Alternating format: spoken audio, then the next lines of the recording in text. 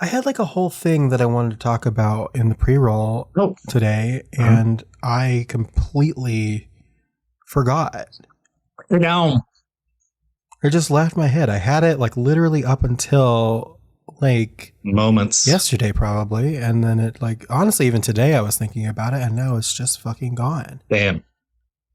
Yeah. Well, I mean, the only other big thing that's happened in life over the last week is America Day.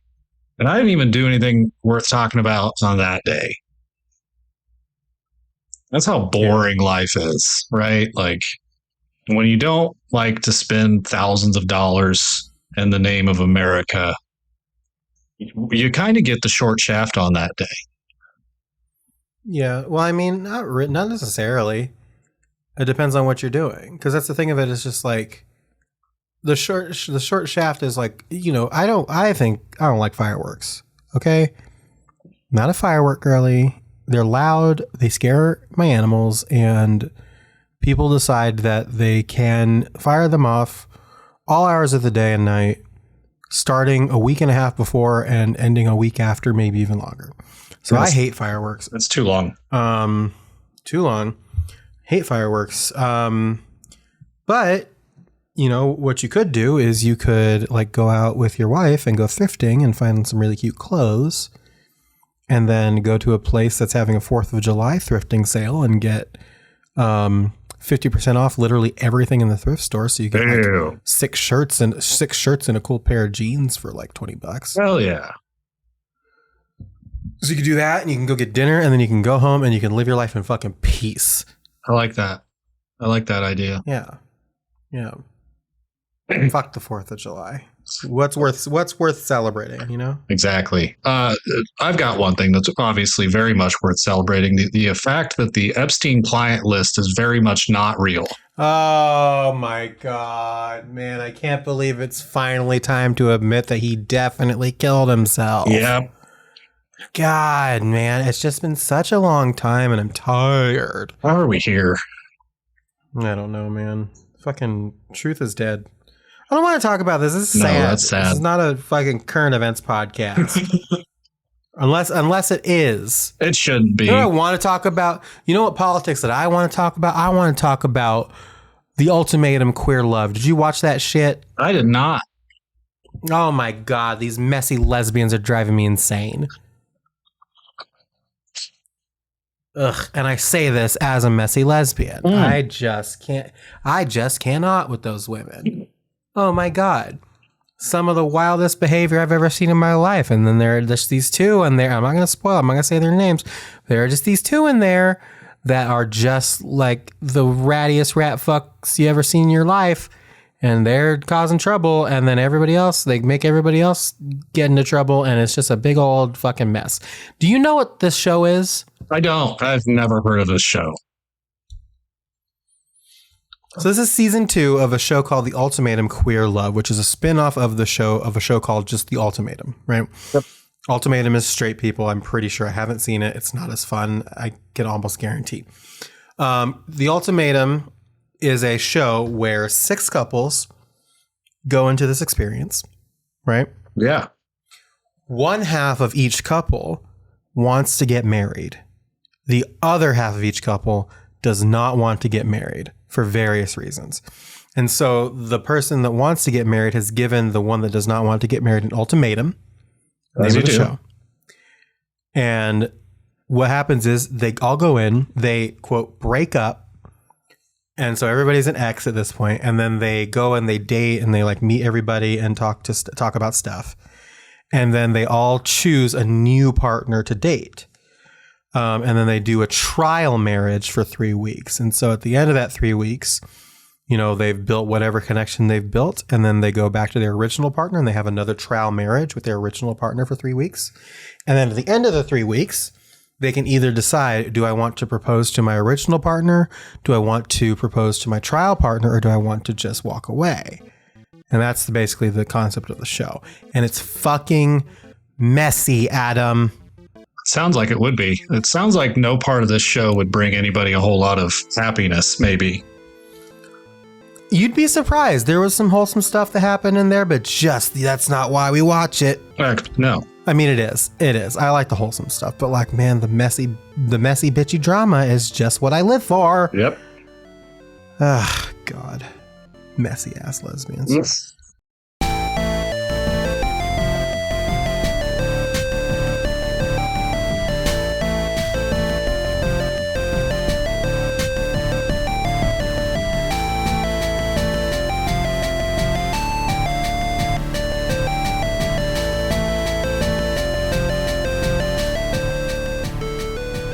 Ladies, gentlemen, theydies, and gentle thems, welcome to Adam and Lilli at the Disco. It's a podcast about Panic at the Disco and various other things. Not for much longer, but we're still hanging in there for as long as we can. Yes. Come on and take a seat. Don't forget to close the goddamn door. I am Lilli. I'm Adam.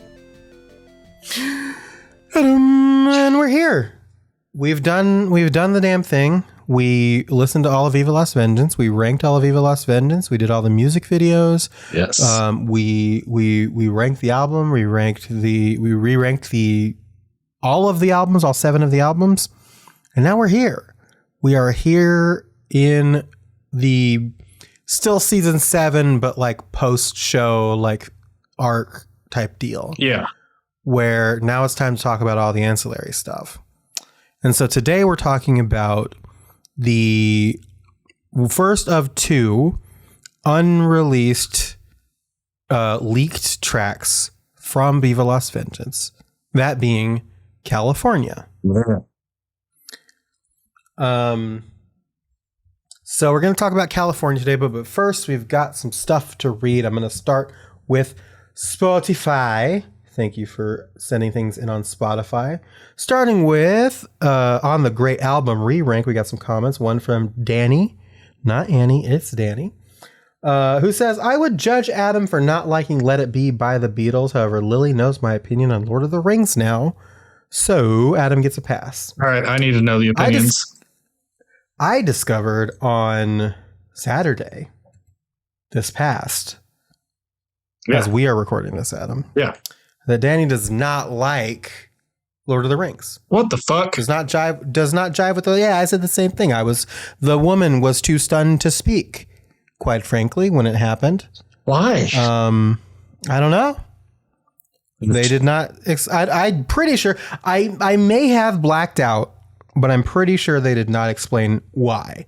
I think I was just in such disbelief that it was just so... I was so flabbergasted that I think they were just laughing too hard to explain themselves. And I can see this. Yeah, it broke me. It truly broke me. So Danny doesn't like Lord of the Rings. You don't like Let It Be. Everything is tipsy topsy turvy. Moving on to a comment from Lotus, who says, not what I was expecting. I'm not going to yell at y'all for your opinions because I think y'all defended them well. Not saying I like them, but I'm not going to scream at y'all, unlike Lilli during King of the Clouds. I forget how long the email was. Jesus fucking Christ with the cry emoji. Language. Yeah, language. King of the Clouds goated. Anyway, so hyped for next week's episode because, well, you'll see. That is ominous. Also, Lilli, you will be getting bracelets for your birthday. Don't worry. I already have a list of ideas. Adam, you better be wearing the gay one with a mischievous emoji face. Yeah. I don't think the gay one leaves a wrist. As a professional, it's very fun. Yeah. Do you want to talk about the bracelets that you got for your birthday? The bracelets. Yeah, my wife stole a couple. This was what I was going to talk about in the pre-roll. Now that I'm thinking about it. There we go. But it makes now that Lotus, now that they have put that comment in there, it makes sense to talk about it now. So talk about the bracelets really quick. Yeah. So I received a few bracelets and a lovely little note on some great paper full of cats from Lotus.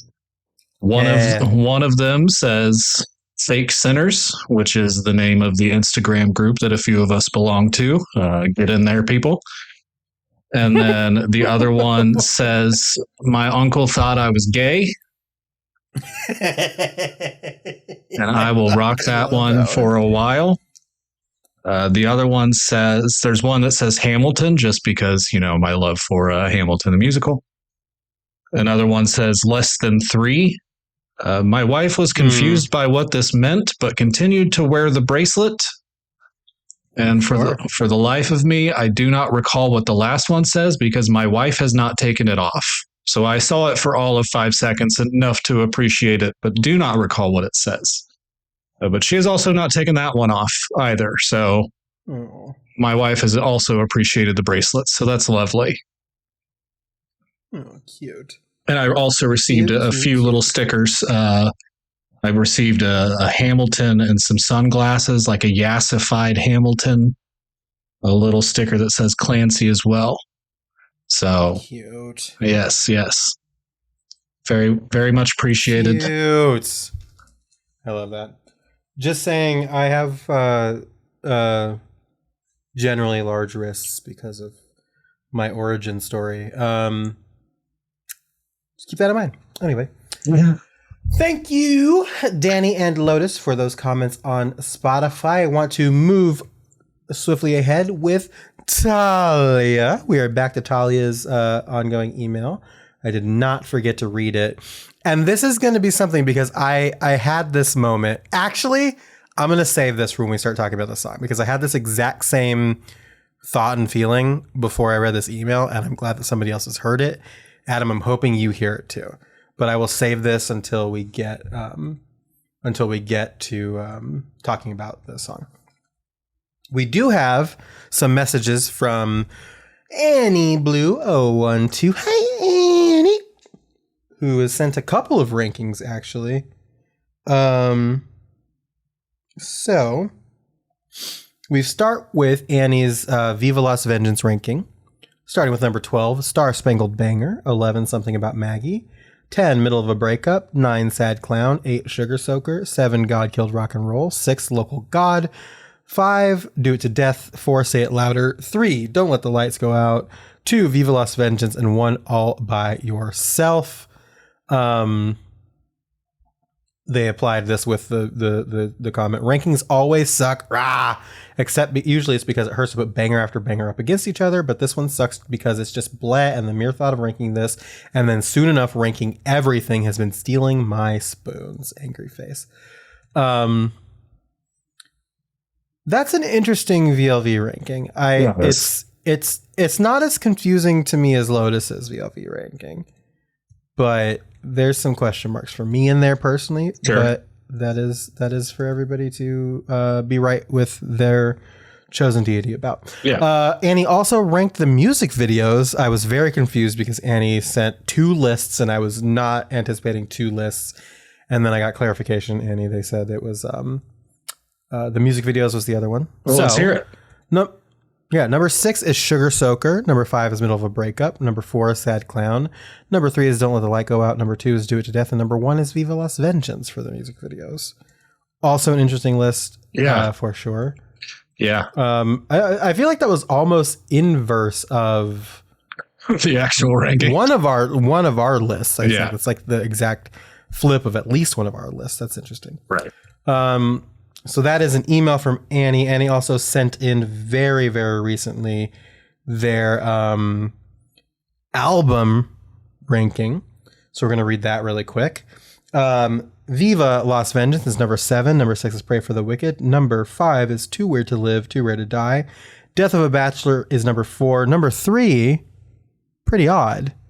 Number 2, A Fever You Can't Sweat Out. Number 1, Vices and Virtues. I tell you what, I can't follow you there, but I do respect it, quite frankly. Yeah. Those top 3 are a little out of order. I don't know, man. I think it's like because Lotus, I imagine, has some thoughts about the ranking as well. Sure. And various people probably have thoughts about the ranking. I kind of get it because remember we put Fever pretty low on our list. I mean, pretty low relatively, right? You were 4, I was 3. Right. And we put them down there because of just like the distance we've gotten from it. Not that it's not a banger album, not that it's not whatever, it's just distance. Yeah. And me, I said about it, I was like, man, it's just like it's an album that I love, but I do not need anymore, and that's why I put it at number 3 instead of like number 2, Sure. higher up. People vibe with different things, and as long as you're not putting Viva Las Vengeance at number 1 like Lotus's friend's mom, you know, I can jive with most things. You know what I mean? Yep. I've got some rankings in my inbox here. Yes, you got some stuff from your wife, which we forgot to read. Yeah. Last week. This What is. else do you just have that, or what else do you have? I also received Elliot's album ranking. He said it was too loud for a comment, and he doesn't know how to send an email. For a comment. Too long. Sorry, too loud, too long. I was talking and saying the wrong L word because I am like watching my spikes here. Sorry, I can do that now in a way that actually makes sense. So yeah, long. All right, Carrie's ranking, which she sent in 2 photos, which is breaking my brain because screenshots can suck a dick when you have a button that literally elongates your screenshot. My crazy wife. All right, starting at number 12. Yep. Middle of a breakup. Is your wife, right? My wife. Okay, your wife. Number 12, middle of a breakup. Yes, sorry. Number 11, Star Spangled Banger. Mm-hmm. Number 10, Do It to Death. Number 9, All by Yourself. Huh. Yeah, this is... Number 8, God Killed Rock and Roll. Huh. Fuck you. Number 7, Local God. I can say that. Well, yeah, you got to live with it. I don't. Number 6, Viva Las Vengeance. Number 5, 4. What the hell happened 5. here? Okay, I think she's missing one. Don't Let the Light Go Out. And then Sad Clown. Then Something About Maggie, and Say It Louder at the top. Interesting. Yeah. That is that's shit. a list. That's batshit. Yeah. The chaos of like there are songs up higher that I agree with, and there are songs down lower. Like it gives me agita to hear you describe that list. Yeah. Sorry, Carrie, that's a weird one. That's pretty good. It's pretty fucking off. Pretty fucking off. All right. For Elliot's album ranking. Too loud. Little bitch. Little bitch. He sent the full note here. So you've inspired me. Here is my ranking. Number 7, Viva Las Vengeance. Number 6, Death of a Bachelor. Number 5, Vices and Virtues. Whoa. Number 4, Too Weird to Live, Too Rare to Die. Number 3, Pray for the Wicked. Number 2, Pretty Odd. Number 1, A Fever You Can't Sweat Out. And then he explains further. 1 and 2 were ironclad since those were the ones I listened to before I fell off. You know why Pray for the Wicked is number 3. Collarful single-handedly brought Too Weird up a couple of spots. 5 to 6 could be interchangeable. Viva is so meh. Yeah, right? Imagine having the fucking lack of sanity enough to put Vices & Virtues at number 6. P.S. The SpongeBob musical is actually really good, and Panic's song, Just a Simple Sponge, is one of my favorites. Interesting. I'm like, this is so just to like exist outside of the bit, because you know that the way that we like, we talk and we joke around like fuck Elliot, whatever, blah blah blah, and that's the whole thing. We hate Elliot. That's not a joke. The whole deal. Okay, I do want to be real serious about this for a second though. I am shocked. Yeah, this is that Vices is so low. Yeah, like that. That's crazy to me. I'm baffled by that. That is. I'm not even gonna yell at him. I was like, all right, dude, live your truth. I guess that makes zero sense to me. But yeah, because it's one of those things too, where like you notice where the drop off occurs with what are the top 2, right? Mm-hmm. But then to come back and even put Pray for the Wicked so high when Vices and Virtues exists is just wild. I don't know. And like, I of course understand that they're two very separate vibes and he wants to have his football moment with his daddy, but for the love of God, pay some respect to Vices and Virtues, please. I also love Colorful. I think Colorful is a great song. In no universe does it bring Too Weird up that many notches. I fucking put Too Weird last and it has This Is Gospel on it. And y'all know how I feel about This Is Gospel. Right. I can't dwell on this any longer. I'm going to fucking lose my mind.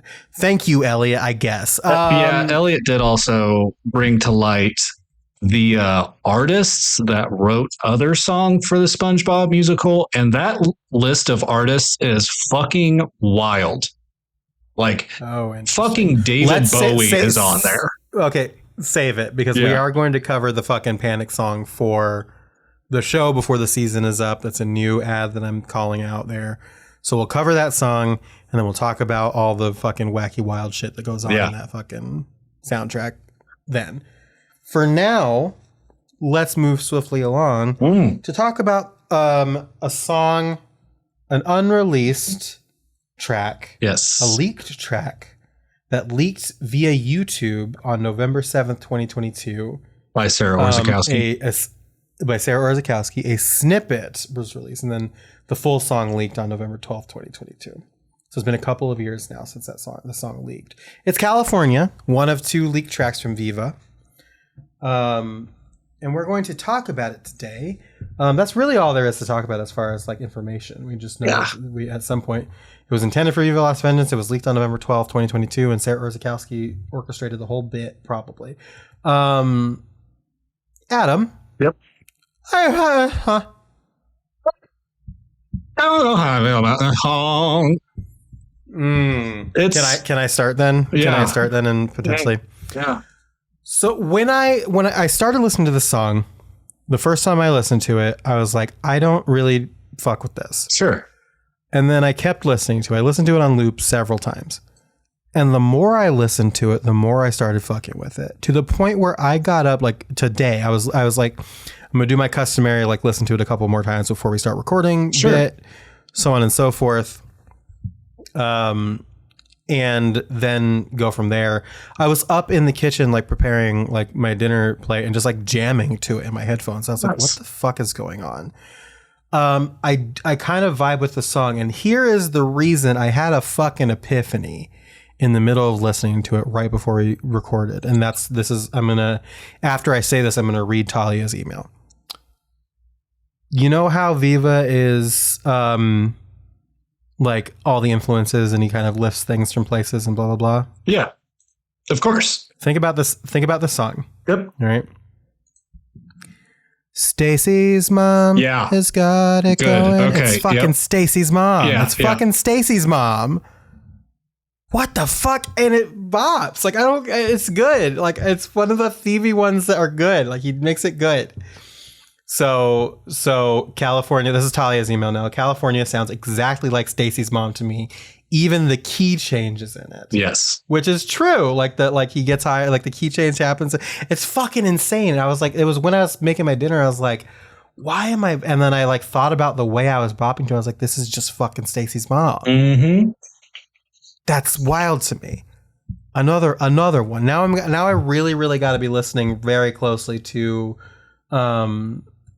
fucking why you don't want me, right, to make sure it's not some other song. But this one, California, is definitely fucking Stacy's mom, and it's nuts. Yeah, I mean, because that makes it interesting, right? Because that would be like the most modern thing that he had tried to do, and I don't think there's anything wrong with that. Like it still kind of works with that classic rock thing, of course. But knowing, God, are we that old that I don't even want to say that song's classic rock at this point. Feels like it could be. Let me look here. When did Stacy's mom come out? Okay, that I'm not going to say it out loud. We're just going to, and then minus the year. So it's been that many years since Stacy's mom came out. How old does a song have to be considered a classic? I'm gonna say, all right, if it's like 23 years old, the cap has to be like 30. And that's Are a you guess. saying that because? Well, are you saying that because you're trying to move the goalpost to make you seem younger?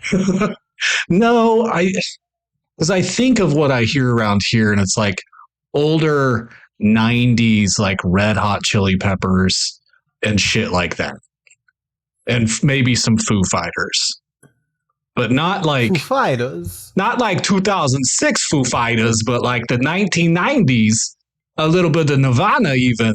That's the kind of stuff that I hear on the radio. Okay, let me ask you a question. Yeah. Did you you did not have children in 2003? Yeah. Absolutely not. I would have been Absolutely 13. not. Right. Okay. Now you have kids in school. Yeah. You have 3 kids in school. Yeah. Yeah. Yeah. Right. Yes. If correct. there was a song that you were listening to when you were young that is now old enough for you to have multiple kids in school, I would consider that fucking classic. A classic. All right, that's song. probably true. God damn it. Stacy's Mom came out in 2003. It is 22 years old. Jeez. That's a classic. That's classic rock. My God. It stood the test of time. It's classic rock. We're fucking old and we just need to fucking get over it and fucking whatever. Live our lives. Whatever. Yeah. Fuck whatever. Whatever. Yeah, I think all the grays in my hair will like attest to this. This is fine. Yeah. So. God damn it. Welcome to it. Yeah. But all this being said, as far as like the bop of the song goes, I like it because again, it is very much Stacy's Mom, including like the slow verses and the banging chorus, and even the bridge is kind of similar too, with like the instrumental instrumental stuff going on in the bridge. Like it's very like follows a extremely close structure to Stacy's Mom. So I'm glad we got those wiggles out. We can talk about the song now. Because it psychs you out, right? So we're gonna start with we'll start with verse 1 in the pre-chorus. We'll talk about those first. Sure. It kind of psychs you out a little bit, right? Yeah. Where you get like the where he's doing the countdown, like the grunty countdown for some reason, like the way he does it. Right. And then you think it's gonna go into like a thing, and then it's like the do do do do, like the very like slow, kind of like I don't want to say dopey bass, but it's just like it's kind of like a slower like lower tone bass where it's just do do do do, and I like it. It's just like oh, and then it goes into that do, do, do, do, basically like the Stacy's Mom verse. Yep. And it's got that like pitter patter of it, like da da da da da da da da. And so then we get into verse 1. And we'll read verse 1 here. Your daddy bought you a new black Jetta, a little something else to curb the pain. Waiting on a call, text, or whatever. Your life's a storm cloud without any rain. Pre-chorus. Filled your life full of boys that are broken. Validation needed more than you. Scratching your arm with the blade while you're smoking. I want to cover you. So an interesting start to the song. He's very clearly talking about somebody. Right. It's very like teen coded. Yeah, for sure. Which I think really helps with that Stacy's Mom kind of vibe. Yes. Absolutely. Like without getting further into the lyrics real quick, because I don't want to forget it. The way that he uses his voice in this is so good. Like Brendan is so good. Here's what I love about it though, is like it's low Brendan, but then as the song progresses, it gets to higher Brendan. And we talk a lot about him needing to earn that for us to like really fuck with him going that high, the high notes like that. Right. I think he earns it in this one. Yep. I mean, because he starts that low. He follows the Stacy's Mom progression where like the last chorus is like the and he gets like very loud at the end. I'm sorry about whatever that noise was that I just made. But I think he earns it. I think that I think that he starts with the low, and I love low tone Brennan. He's singing the croony, like the croony vibe, and he earns getting higher pitch as the song goes on. Yeah. I think. Yeah, I agree. I mean, I think this song, more than a lot of others that are on Viva Las Vengeance, explores a lot more while still being as basic. Like, it doesn't do anything new, right? Like, obviously, we know the song that this feels like it's based off of, so it doesn't do anything new like any other song on this album really didn't either. But I think the way that he just vocally explores and goes places works a lot. Yeah. Agreed. And again, for some reason, he didn't include this song in the album, but he did include fucking Sugar Soaker or whatever the fuck. So whatever, you know. Yeah. But I just wonder, like, what was the need to be cut here? I wonder if it's just like, I wonder if he just likes something about Maggie more and he picked that one over this one, because this has a very similar, like, he's talking to or about someone that he is into that has a lot of problems. Yeah. And it has like a very similar like type like internal vibe as something about Maggie does. Right. So I'm wondering if like that is why, and he just like picked one over the other, and just like personal preference, he likes something about Maggie more. Yeah, I mean, because even if like you try to do a thing where something about Maggie and Sad Clown are kind of like the same coin and two opposite sides, this wouldn't fit. And I guess I just don't know if this would fit the vibe of anything on that album. I think it would, though. I think if you put it like in the right place, it probably could. One moment, please. Do you want to explain your batshit ranking? I didn't know. I did not either time. Producer right now. Well, and I gave you right now. Don't judge me.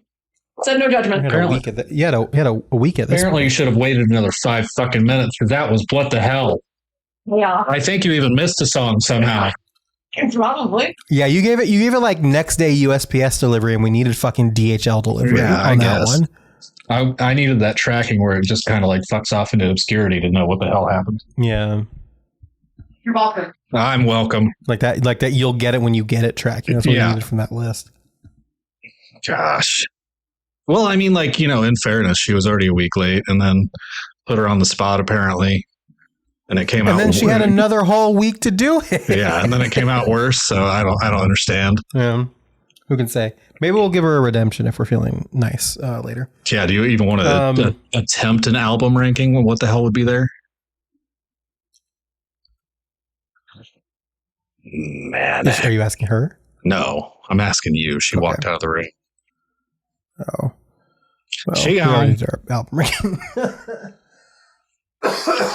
So yeah. Go ahead. The lyric of scratching your arm with the blade while you're smoking is so old. Like, it's so old Panic that it kind of catches you a little bit. You get very caught off guard. Fever. So I don't know, like, excuse me. I have to turn my mouth away from the microphone so I can breathe. It does start out in a very weird kind of like old Panic kind of thing, while being like a classic rock song, right? Like, it's still this semi-slandering, or it feels semi-slandering of a person. Like, when you imply that your daddy bought you something and then like leading into curbing the pain, like this feels a little different from everything else that's been on Viva so far. Because right, like, there's the journey of a guy who's just fired, and I think while VLV does plenty of detours, this would have been a hell of a detour to make, I think, in both composition of lyrics and music. So I don't know. Sure. You can just close the goddamn door. It's fine. I'm just saying. Don't forget to close the goddamn door. We say it at the beginning of every episode. That's right. That's going to be weird not saying that at the beginning of every episode anymore. Oh, yeah. Good day. She slammed the door a little bit that time. You Jesus. stole fizzy lifting drinks. You lose. Good day to you. I said. Yeah. Yeah, we'll be workshopping a lot of stuff, I think. Yeah. I think I think I'm going to make this call. We're going to announce the new name of the new name of the podcast on the last panic themed episode. I think that's what's going to happen. Yeah, I like that. We've been workshopping. We've been workshopping. It's going to be interesting. We've got some We've been marketers on the workshopping case. a lot of stuff. Yeah, some marketers. We've got some professionals happening in up in here. There's a lot of stuff that we're going to be doing with the new version of the show that's going to titillate the senses of the masses. Yeah. So I hope you're ready. Oh. No, I'll talk about this at the end. I should have talked about this up top, but I'll talk about it at the end. So stay tuned for the end because there's an announcement that's going to happen. We just got to the chorus. Adam, don't leave. Yeah, Adam, you don't know what that's about either, but it's good stuff. It's fun. I'll put it in the show notes, but it'll probably be spoiled in the show notes, but stay to the end anyway. But yeah, that top part, I see what you're saying about like how it kind of doesn't fit. Now just kind of looking at it, I get it. It is very like twee, like it kind of, there's a vibe in there that's not kind of fitting. And you're right, it is very like talk about your ex fever-ish in vibe, not like in theme, not necessarily in vibe, but in theme for sure. Right. The line alone of waiting on a call, text, or whatever with like a whatever is pretty young. Yeah, absolutely. There's a validation needed more than you. Like it's very young. It's very like, first love, like, not understanding shit. Right. Yeah. So then you get to the chorus. Stacy's mom has got. So the chorus is, I love you, California, but you're bringing me down. You love me, then you hate me, and then you're never around. Which again, I love the, but you're never around. Like the way he like warbles at the end of that. Very good. A natural disaster in a fabricated town. I love you, California, but you're bringing me down. Yeah. And then you got the post chorus, the down, where it's like the echo, the repetition works there because it's just like a little echo into verse 2. And I love the chorus here as like a surrogate for the person he's talking about, right? He's using California as a surrogate for the person that he's talking about in verse 1 in the pre-chorus, right? Right. So it's just like he's using the vibe of like being in California and his feelings about being in California, LA. So it's secretly also an LA song if you really look at it. Yeah. Squint at it real tight. But he's using the vibe of being in California to then also tie it back to the person. And I think I love that like flop of it where it's just like, okay, we're now going from a broader place, but we're using this as a mirror for you, which I like a lot. Yeah, I think a good comparison between a city and an emotional feeling is always a good type to use. Like it's a good archetype for that description because you can use so many things about a city, right? Like you've got highways that could serve as heartbeats. You've got so many different things that you can cling to. Canals that serve for bowel movements, for instance. Okay. I don't. Do you have off that topic? Thankfully, do you have a favorite song that has the word California in it? California, here we come. That song. It's by Phantom Planet. Nice. It's the theme song for the OC. Yep. That's good. What about you? California on My Mind by Wild Light. That's a good one too. It's pretty good. It's pretty solid. Also, Hotel California. Hotel California is good. Danny California, not the greatest. I don't like Red Hot Chili Peppers. Anthony Kiedis gives me the creeps. Are you saying yeah? No, you say your thing because Did you watch the new season of what is it? Love, Death, Robots?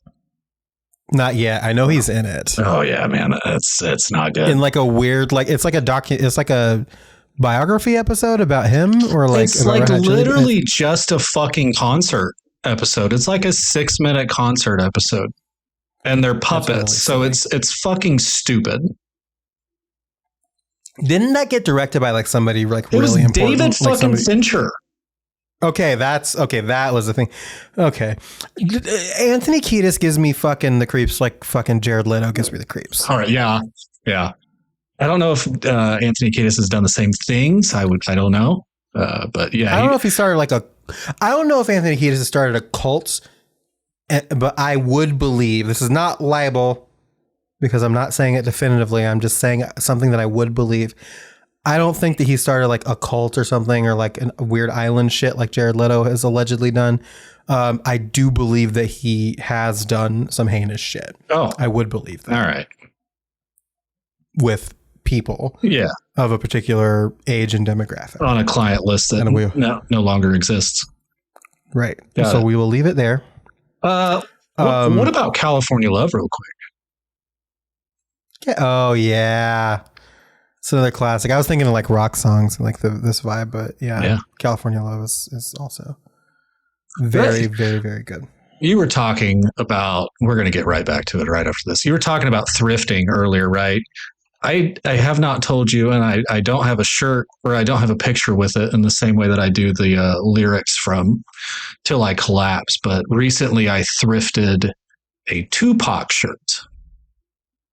It was like a $6 Tupac shirt. And I was like, I can't really let that go. There's not a lot of artists that I would really wear on a shirt, but I've got some old Tupac love in me. Yeah. Sick. Love it. I thrifted a Wu-Tang shirt. Oh, hell yeah. That's good too. Like, you've seen my Till I Collapse shirt, haven't you? I think I've posted it somewhere. The list of rappers, right? Yeah. I love that shirt. It's just so cool to me. I don't know. Maybe it's because I'm like an old white guy that just kind of like also loves hip hop in the state of Kansas. So like in this state, it's even more of like a rebellion thing, I guess. I don't know. Fuck people. Yeah. I don't know if that statement was warranted, but kind of in Kansas it is. No, I don't know. There was a lot of angst and anger that I don't know that it wasn't really well deserved, was it? I wasn't prepared for it. No, frankly. No. It's not Nebraska, so it's better than that. All right, shall we get into verse 2? It's never as bad as Nebraska.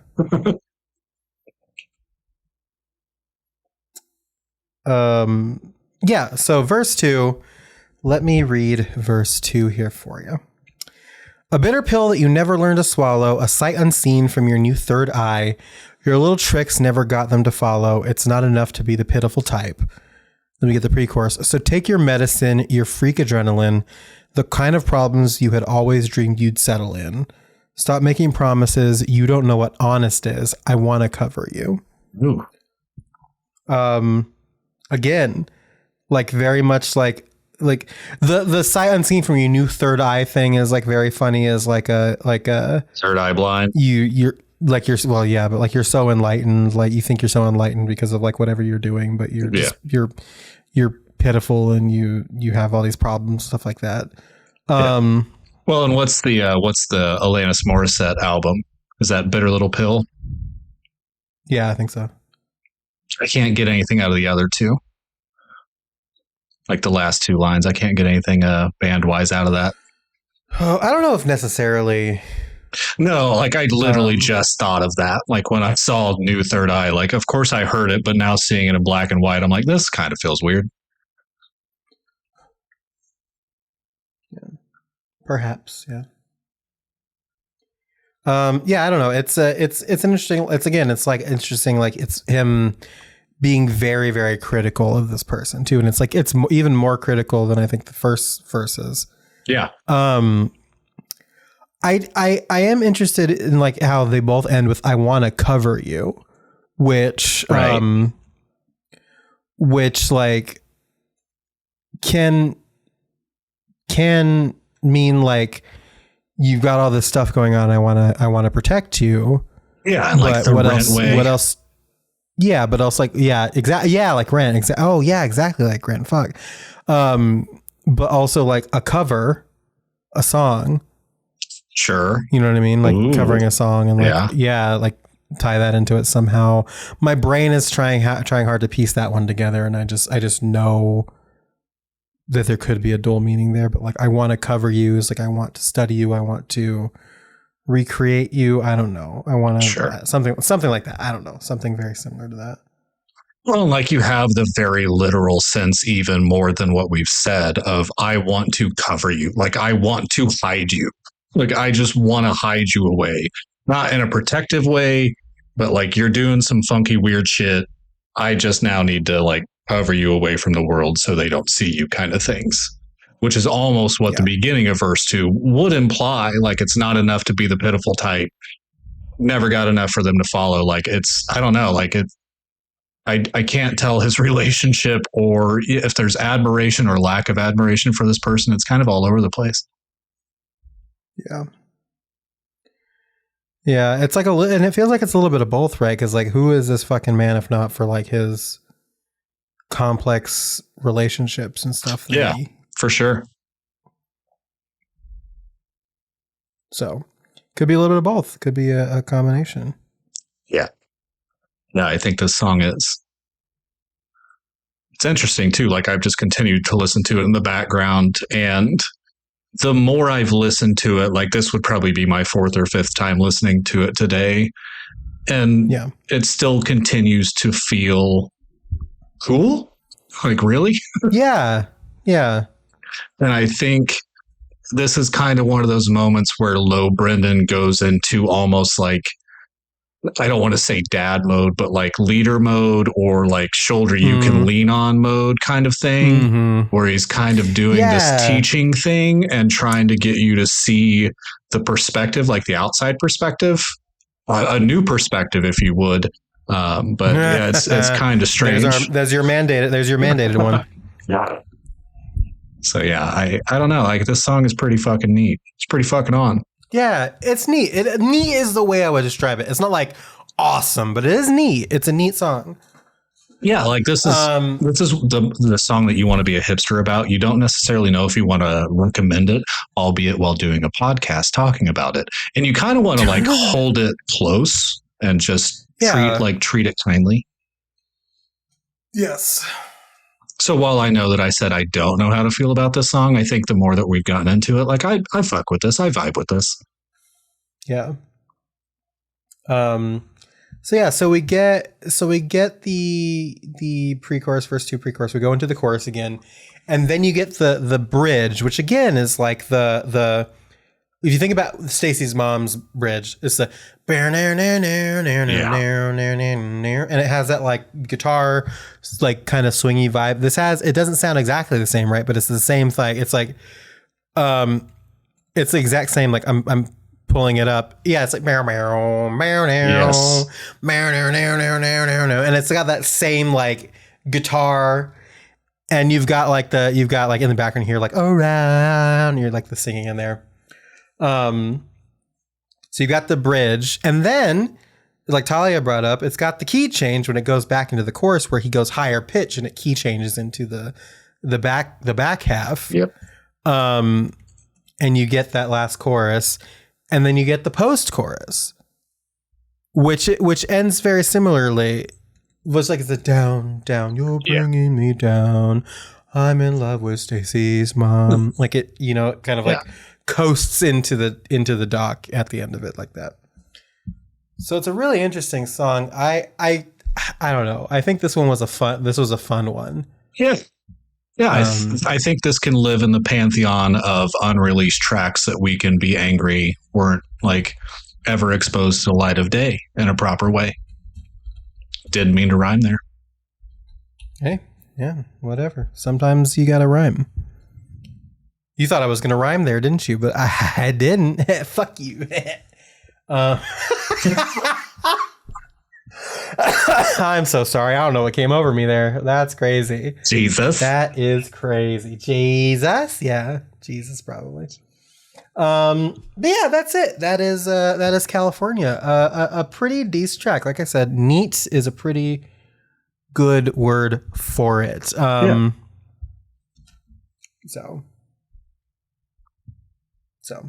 yeah, it's pretty good. It's pretty fucking good. I am curious to hear what next week sounds like because I have not done that yet because I am very bad at homework. I listened to it like very briefly when I first downloaded the file, and then I haven't listened to it since, and I forget what it sounds like. Okay. So I'm interested to listen to it a couple times over the course of the week and then kind of get into it more next week. But next week, like I said, we will listen to YO You Don't Want Me, the second of 2 leaked tracks from Viva Las Vengeance.